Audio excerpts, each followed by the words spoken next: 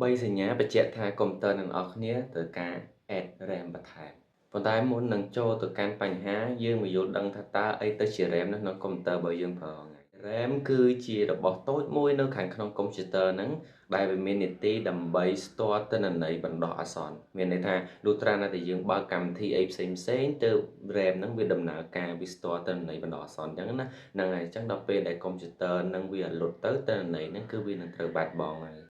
ចឹងវីដេអូនេះនឹងប្រាប់អ្នកនរគ្នាពីសញ្ញា3ដែលបង្ហាញថាកុំព្យូទ័រអ្នកនរគ្នានឹងគឺខ្វះ RAM មានន័យថា RAM របស់យើងវាអត់គ្រប់គ្រាន់ក្នុងការលោតទិន្នន័យណាអ្នកនរគ្នាហ្នឹងចំពោះចំណុចទី1គឺ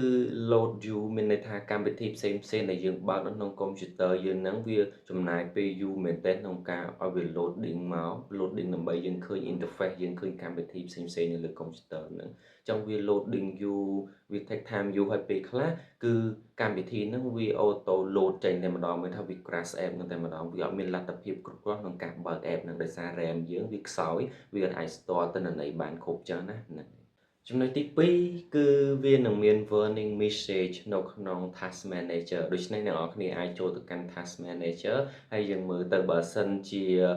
កន្លែង RAM ហ្នឹងវាស៊ីខ្លាំងមែនទែនវានឹងប្រាប់យើងហើយថាយើងប្រើដូចថា80% 90% នៃ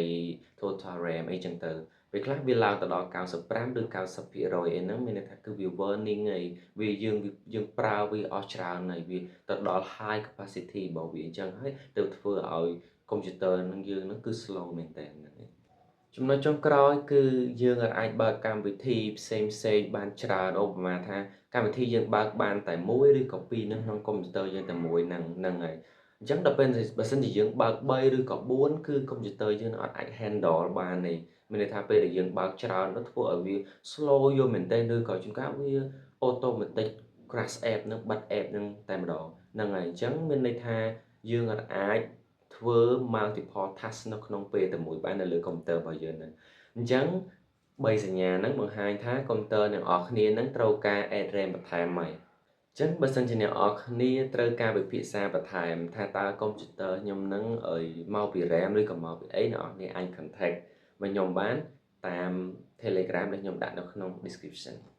ព្រោះថាជួនកាលកុំព្យូទ័រយើងខ្សោយ RAM មែនប៉ុន្តែវាអត់មានលទ្ធភាពដើម្បីបន្ថែម RAM បានទេប៉ុន្តែកុំព្យូទ័រខ្លះវាមាន slot សម្រាប់យើងបន្ថែម RAM អញ្ចឹងទៅធ្វើឲ្យកុំព្យូទ័រយើងនឹងវាបង្កើន RAM អញ្ចឹងទៅធ្វើឲ្យវាបង្កើនសមត្ថភាពអាច loading អាចអីឬក៏យើងនិយាយថា performance វាការដែលយើងចុចវានឹងវាធ្វើឲ្យយើងបានលឿនយ៉ាអញ្ចឹងសង្ឃឹមថាវីដេអូនេះមានប្រយោជន៍សម្រាប់អ្នកនរគ្នាបាយបាយ